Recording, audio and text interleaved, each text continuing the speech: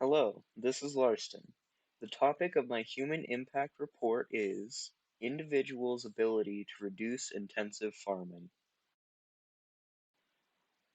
My hypothesis is if individuals use their homes and backyards to produce vegetables, then it is possible to decrease the overall need for intensive farming. Intensive farming is a type of farming where the practices are very effective, generates increased amounts of food while utilizing technology, but is very inhumane, destructive, and not always sustainable. During the last century, a lot of research and development has been put into intensive farming so that food production can meet the needs of the world's growing population. Intensive farming has a negative impact on land. Land needed for fields and farms requires deforestation that causes soil erosion, water pollution, and desertification. Intensive farming is the leading cause of rainforest destruction. It damages natural habitats and also increases pest and weed resistance to chemicals. Intensive livestock production practices result in land degradation, inhumane practices, and overcrowding can lead to disease and infection. Intensive farming must be used to produce feed for the livestock. Intensive farming also creates excessive greenhouse gases, and 77 billion land animals are killed annually. Costly practices also force out small farms. Individuals can produce food inside their homes, in their backyards, or on rooftops. This is a practice where we could reduce the need for intensive farming. Indoor growing can be done year-round on a large or small scale. Vegetable gardens could possibly supply an entire family. Rooftop gardens use extra, unused space that has fewer ground pests. This is all possible with current technology. My focus questions are: is it possible for individuals to use the space in their home and yard to produce food?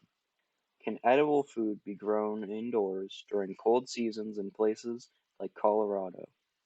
Can the amount of food that individuals grow decrease the need for intensive farming? The first step was to weigh out 20 grams of dry mung beans using a kitchen scale. Then the beans were soaked in water for 2 hours. The third step was placing soaked beans in a plastic container on top of a wetted paper towel. Then the beans were monitored and the paper towel was dampened when necessary. During the 7-day experiment, the mass of beans were weighed and photographed every other day, and the weight was recorded in a data chart. This is how the mass of the beans appears in a chart. The mass of the beans increased a lot after being soaked in water on the first day. Then each day the sprouts increased in size to a total mass of 65 grams on the 7th day. This experiment proved that it is possible to grow food indoors without a lot of effort.